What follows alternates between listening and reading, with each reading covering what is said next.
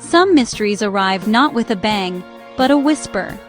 This is the story of Elias, a man whose life was defined by routine until the day he learned the exact date of his own death. Elias lived quietly, a librarian with no great loves or secrets, content in his unremarkable world. His days were predictable, his existence a straight line. Then, one stormy night, a sharp knock broke the silence. No one was at the door, only a cream-colored envelope, untouched by rain, with his name in elegant script. Inside, "Your time will conclude on the 30th of December, 2025. Elias stared at the words.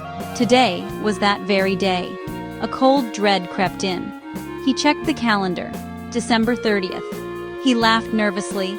It had to be a joke, but the letter felt different, final, absolute. He crumpled it and tossed it into the fire, watching it turn to ash. Yet, the message lingered, impossible to forget. The storm outside faded, but inside, a new storm had begun.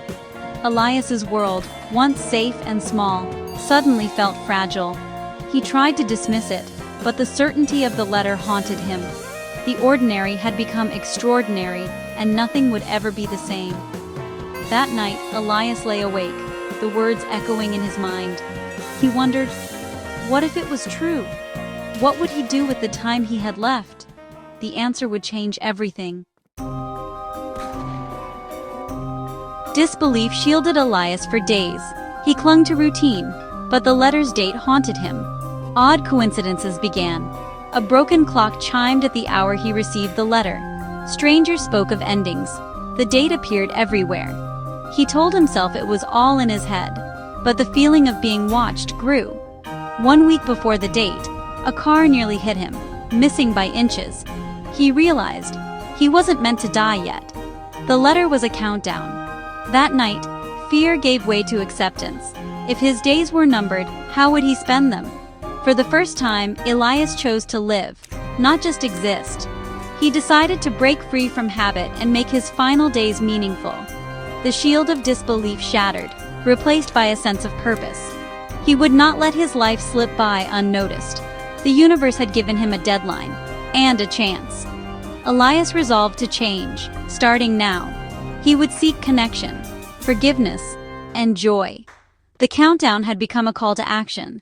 He was ready to answer.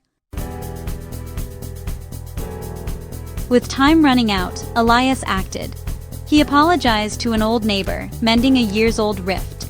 He wrote to his estranged sister, offering love instead of excuses. At the animal shelter, he comforted forgotten animals.